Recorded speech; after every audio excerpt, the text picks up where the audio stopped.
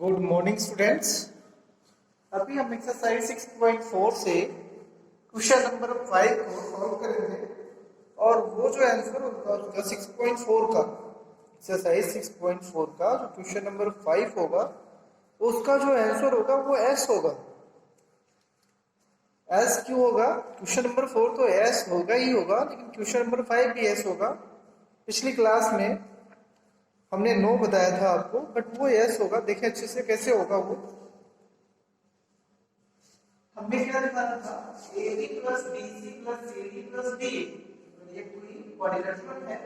उसमें उनकी साइड का सम लेस देन होगा 2 times are sum of the 2 times of the diagonal.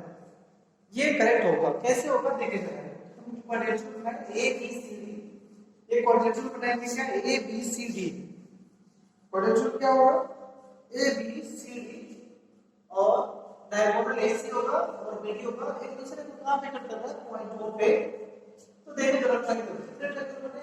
1 2 3 4 triangle बन रहा है। तो पहला ट्रायंगल लेते हैं OAB। अब इस ट्रायंगल में हम जो ट्रायंगल इनइक्वालिटीज की जो प्रॉपर्टी है उसको फॉलो करते हैं।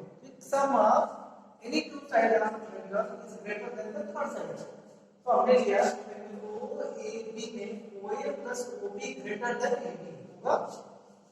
सेम ऐसे ही इस ट्रायंगल में लेंगे OBC में OB plus OC greater than BC। ये सेकंड हो जाएगा क्वेश्चन। OCD में इस ट्रायंगल में हमारा OC plus OD greater than BC या CD, ये थर्ड क्वेश्चन।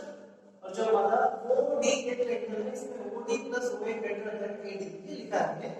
और ये चारों इक्वेशन को आप ऐड कर देंगे। चारों इक्वेशन को आप क्या करेंगे? ऐड कर देंगे। ऐड करने का मेथड क्या है कि लेफ्ट साइड लेफ्ट में और राइट साइड राइट में सिंबल सेम टू सेम जैसे लगा वैसे लगा रहेगा, वो ग्रेटर ही होगा।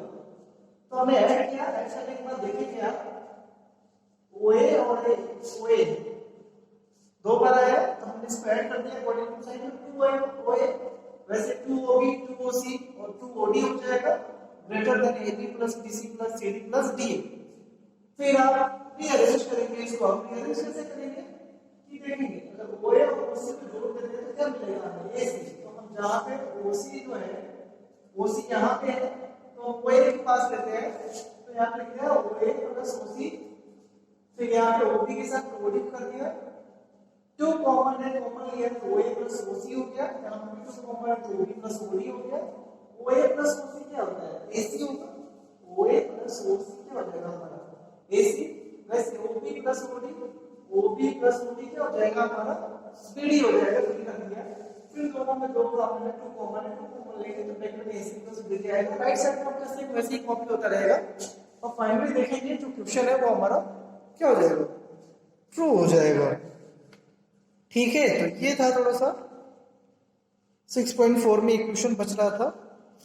अभी हमें जो पढ़ना है पैथागोरस थ्योरम, पैथागोरस प्रॉपर्टी पढ़नी है। पैथागोरस प्रॉपर्टी होती क्या है? क्लियर है कि पैथागोरस प्रॉपर्टी जो होती है वो राइट एंगल ट्रायंगल में फॉलो होती है। राइट एंगल ट्रायंगल में ही अप्लाई होता है। राइट एंगल ट्रायंगल क्या होता है आपको पता है? This is the type of a triangle. This is a type of a triangle on the basis of angle. तो definition क्या है इसका? कि in a triangle at least one angle is 90 degree. अगर कोई triangle है तो उसमें एक एंगल कम से कम कितना होना चाहिए? 90 डिग्री का होना चाहिए। तो इस टाइप के ट्रायंगल को हम कहते हैं राइट एंगल ट्रायंगल। क्या कहते हैं? Right angle triangle. क्लियर है?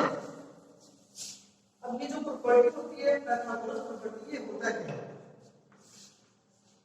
पैथागोरस प्रॉपर्टी क्या होती है? प्रॉपर्टी अगर कोई राइट एंगल ट्रायंगल है, पैथागोरस प्रॉपर्टी क्या होता है? अगर कोई राइट एंगल ट्रायंगल है तो क्या होगा? पैथागोरस प्रॉपर्टी में अगर कोई राइट एंगल ट्रायंगल है, मान लीजिए राइट एंगल ट्रायंगल है, ठीक है? देखिएगा एक एंगल इसमें कम से कम 90 डिग्री होगा। हम क्या कर सकते हैं? ए, चलो इसको छोड़ देते हैं, यहां से A, B और C। ठीक है, इसमें एक एंगल कम से कम 90 डिग्री होगा, तो ये एंगल मानना 90 डिग्री है। अगर ये सब सिंपल बनता है ऐसा करके तो क्या होता है 90 डिग्री होता है, आपको पता है ये 90 डिग्री का सिंपल है 90 डिग्री होता है। ये हमारा ABC is a right angle triangle. अब 90 डिग्री के सामने 90 डिग्री के सामने जो साइड होती है, 90 डिग्री का अपोजिट में जो साइड होती है उसको हम कहते हैं हाइपोटेनस। क्या कहते हैं? हाइपोटेनस। ठीक है, किसको हाइपोटेनस कहते हैं? 90 डिग्री के जो सामने साइड होती है, 90 डिग्री के सामने जो साइड होती है उसको क्या कहते हैं? हाइपोटेनस। और उस ट्रायंगल की सबसे बड़ी साइड वही है, सबसे लार्जेस्ट साइड जो होती है वो क्या होता है? हाइपोटेनस होता है। किसमें? राइट एंगल ट्रायंगल में। और वो किसके सामने होता है? 90 डिग्री के सामने। क्लियर है? तो ये हाइपोटेनस का पहचानने का तरीका है कि हाइपोटेनस कौन होगा? जो 90 डिग्री के ठीक सामने होगा। तो सबसे बड़ी साइड यही हमारा BC इज हाइपोटेनस।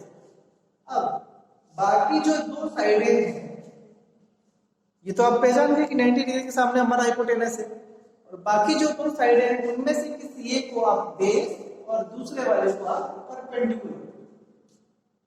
दूसरी साइड कौन सी बची हमारी? देखो ये BC जो हो गया हमारा क्या होगा? हाइपोटेनस हो गया। अब बची साइड हमारी AB या AC। इसमें से जो नीचे वाली साइड होती है आप कोशिश करते हैं उसको बेस ले लेते हैं। ठीक है, AB क्या हो जाएगा हमारा? बेस हो जाएगा, और AC क्या हो जाएगा हमारा? परपेंडिकुलर। या इसको कहते हैं हाइट। क्या कहते हैं इसको? हाइट। आप इन दोनों को चेंज कर सकते हैं, इंटरचेंज कर सकते हैं। AB को आप परपेंडिकुलर या हाइट बोल सकते हैं, और AC को बेस। ये क्वेश्चन के अकॉर्डिंग हम शिफ्ट कर लेते हैं जो हमारे हिसाब से सुटेबल होता है। बट नीचे वाला हमारा अक्सर बेस होगा, और जो इसमें 90 डिग्री बनाएगा जो लाइन सेगमेंट उसको हम परपेंडिकुलर या हाइट बोलेंगे। क्लियर है? मिस ट्रायंगल में क्या क्या होता है? हाइपोटेनस होगा, बेस होगा, और क्या होगा? हाइट या परपेंडिकुलर। ठीक है, तो राइट एंगल ट्रायंगल में एक एंगल कम से कम 90 डिग्री होगा, उसके सामने वाला जो साइड होगी वो सबसे बड़ी साइड होगी जिसको हाइपोटेनस कहेंगे, और रिमेनिंग टू साइड्स को बेस और परपेंडिकुलर या हाइट कहते हैं। क्लियर है? अब ये कह रहा है कि जो हमारा हाइपोटेनस होता है, क्या होता है? हाइपोटेनस। हम फिर से इस ट्रायंगल को बना रहे हैं। जो हमारा हाइपोटेनस है ये हमारा हाइपोटेनस है। ठीक है, इस साइड पे जैसे ये हाइपोटेनस है, AC हाइपोटेनस पे बना स्क्वायर।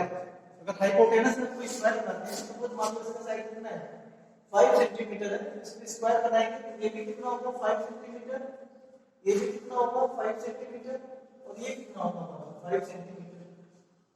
अगर हम इसमें कोई हाइपोटेनस पे स्क्वायर बनाते हैं तो यही होगा। तो हाइपोटेनस पे बना स्क्वायर, जो इसके स्क्वायर बनेगा उसका एरिया, उसका क्या एरिया रिमेनिंग टू साइड्स, यानी कि रिमेनिंग टू साइड ये वाला BC और AB, BC और AB रिमेनिंग टू साइड्स पे बने हुए स्क्वायर के एरिया के सम के इक्वल होता है। यानी कि BC पे भी क्या बनेगा? हमारा स्क्वायर बनेगा। सपोज ये मान लो 3 सेंटीमीटर है, तो ये भी कितना होगा? 3 सेंटीमीटर। ये भी 3 सेंटीमीटर, ये भी 3 सेंटीमीटर। स्क्वायर बना रहे हैं तो और साइड से इक्वल होना है। वैसे ये स्क्वायर बनाते हैं तो क्या हो जाएगा हमारा? सपोज मान लो ये 4 सेंटीमीटर, तो ये भी क्या हो जाएगा? 4 सेंटीमीटर। ये भी 4 सेंटीमीटर, ये भी 4 सेंटीमीटर। क्लियर?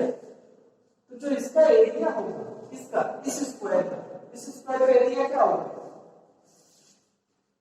इस स्क्वायर का एरिया क्या होगा? इस स्क्वायर का एरिया क्या होगा? साइड का स्क्वायर कितनी है? AC। इस स्क्वायर की साइड क्या है AC, तो AC का स्क्वायर, इस स्क्वायर का एरिया जो होगा AC स्क्वायर होगा, ये किसके इक्वल होता है, इक्वल होता है इस साइड पे बने हुए स्क्वायर का एरिया। इस साइड पे कौन सा बनेगा, ये स्क्वायर बनेगा, स्क्वायर का एरिया साइड स्क्वायर होता है, साइड इनटू साइड, तो ये इसका साइड है, कौन सा साइड है, BC, BC का स्क्वायर प्लस, और दूसरा कौन सा साइड स्क्वायर बनेगा, ये हमारा स्क्वायर बनेगा, इसका साइड क्या है AB, तो इसका स्क्वायर AB, ये पाइथागोरस प्रॉपर्टी, यही होता है पाइथागोरस प्रॉपर्टी या पाइथागोरस थ्योरम, पाइथागोरस प्रॉपर्टी या पाइथागोरस थ्योरम। समझ में आया क्या होता है Pythagoras property theorem. Right angle triangle के हाइपोटेनस में बना हुआ स्क्वायर का एरिया इक्वल होता है रिमेनिंग टू साइड पे बने हुए स्क्वायर के एरिया के सम के। क्लियर है, और डायरेक्ट ये लिखेंगे डायरेक्ट यहां पे बाय पाइथागोरस प्रॉपर्टी क्या हो जाएगा यहां पे, BC BC square equal to क्या लिखते हैं, AB का स्क्वायर प्लस AC का स्क्वायर, हाइपोटेनस का स्क्वायर ये क्या होता है हमारा hypotenuse, H for hypotenuse, AB हमारा B फॉर बेस, और ये परपेंडिकुलर AC E फॉर, ये सॉर्ट होता है H square equal to D square plus P square. तो ये इसकी पाइथागोरस थ्योरम या प्रॉपर्टी की स्टेटमेंट है, ये फार्मूला के तौर पे हम यूज करेंगे। अभी इतना ही, हम अभी बाद में आपको नेक्स्ट क्लास में एक्सरसाइज 6.5 स्टार्ट करेंगे और अच्छे से समझ में आएगा। ठीक है, अभी इतना ही।